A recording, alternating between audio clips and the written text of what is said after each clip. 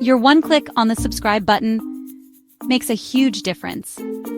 Thank you for your kind support. It was a story about Jack Jones, a man whose entire life felt like it was spinning out of control. Jack was the perfect example of someone who was stuck in a cycle, doing what he thought life demanded of him rather than what would have genuinely made him happy. From the moment he was introduced, you could tell he wasn't the kind of bloke who followed society's traditional rules. Jack's life had always been rooted in chaos, whether it was his childhood fascination with drugs or his involvement in Britain's infamous football hooligan culture. He was a man of contradictions, someone with loyalty to his football gang but no loyalty to himself. He had a wife he loved, Danny, and a son, JJ, but that love was overshadowed by his addiction and lifestyle of violence and self-destruction. The opening moments of the movie gave us an almost satirical and exaggerated look at Jack's upbringing. From a young age, Jack wasn't interested in academics or ambitions like other kids around him. He grew up in a working-class area in South London, where being street-smart was more important than being book-smart. The early shots suggested that Jack's environment played a major role in shaping his personality.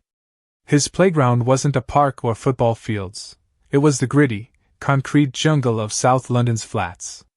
Violence and mischief became his education, stunts like throwing punches or mouthing off became his exams, and as time passed, Jack seemed to wholeheartedly embrace this identity as his life went on. When Jack met Danny, it could have been a turning point. She represented something different, perhaps even an opportunity for him to leave the chaos behind. But life is rarely that straightforward.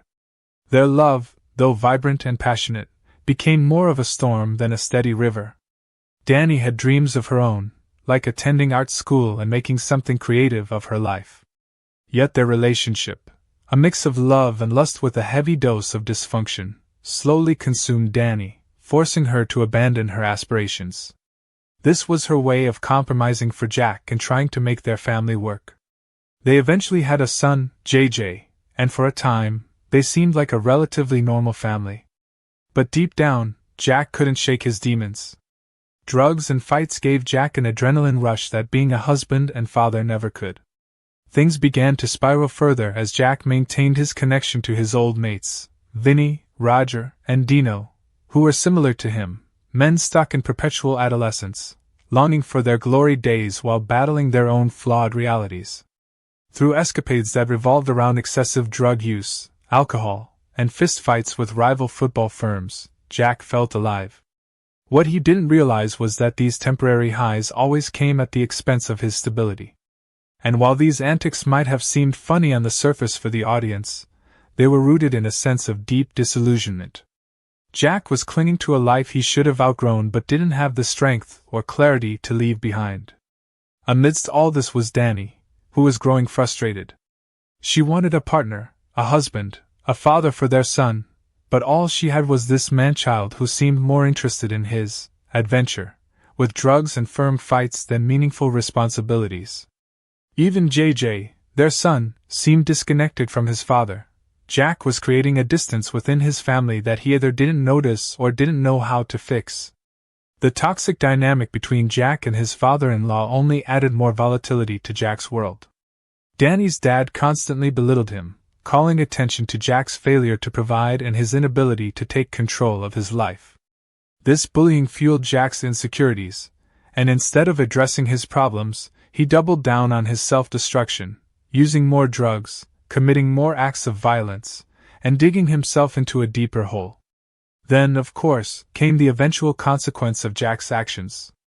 In a particularly chaotic incident at a lower league football game, Jack and his firm found themselves in an all-out brawl with rival supporters in the streets. Police intervened, and Jack was arrested. The comedic exaggeration of this scene couldn't overshadow its underlying seriousness. The fights, drugs, and recklessness couldn't go on forever without repercussions. The scene in court, where Jack stood before the judge, marked a turning point. The judge wasn't willing to let Jack off the hook entirely, but he also saw something in Jack that made him offer one last chance. 6 weeks to turn his life around, that's what Jack was given. If he failed, it would be prison. Jack had to attend couples therapy to repair his fractured marriage with Danny and find steady employment to prove he could contribute to society in a meaningful way. This is where the core of the movie unfolded.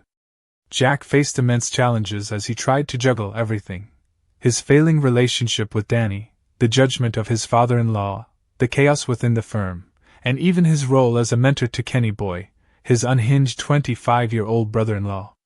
Kenny Boy was, in some ways, a reflection of who Jack used to be: reckless, immature, and looking for validation in all the wrong places. Jack's interactions with Kenny were both funny and tragic.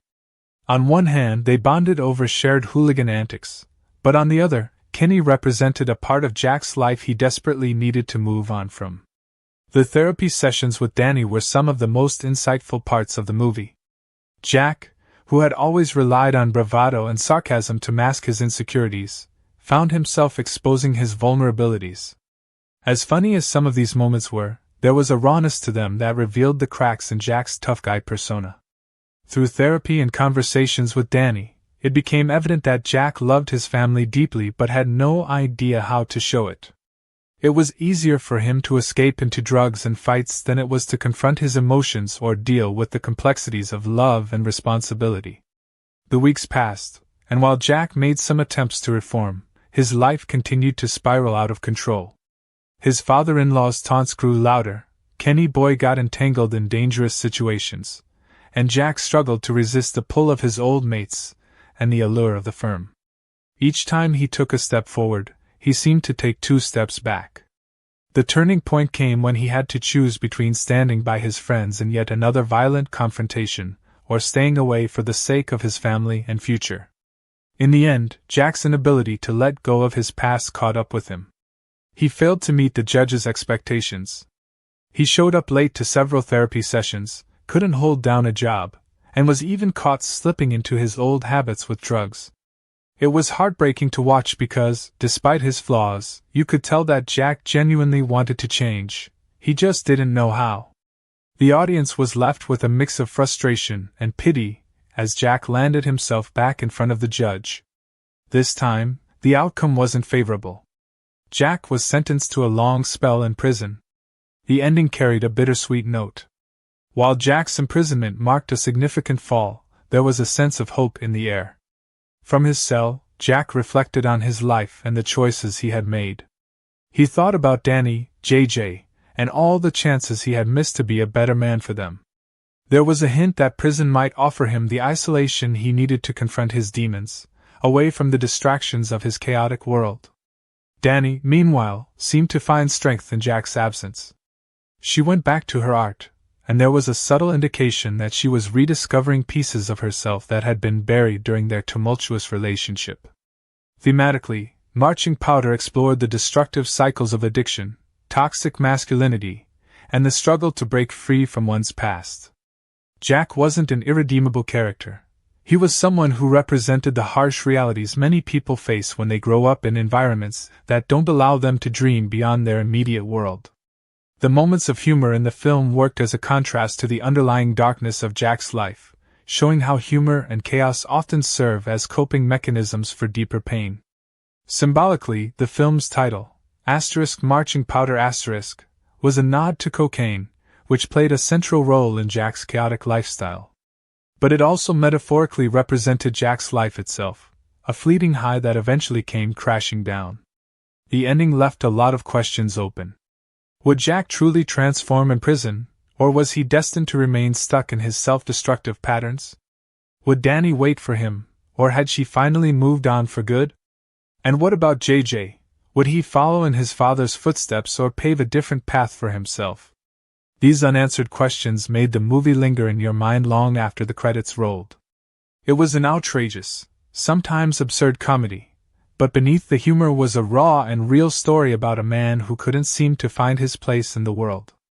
Jack Jones may not have been a hero in the traditional sense, but his tragic journey was one that many could find uncomfortably relatable.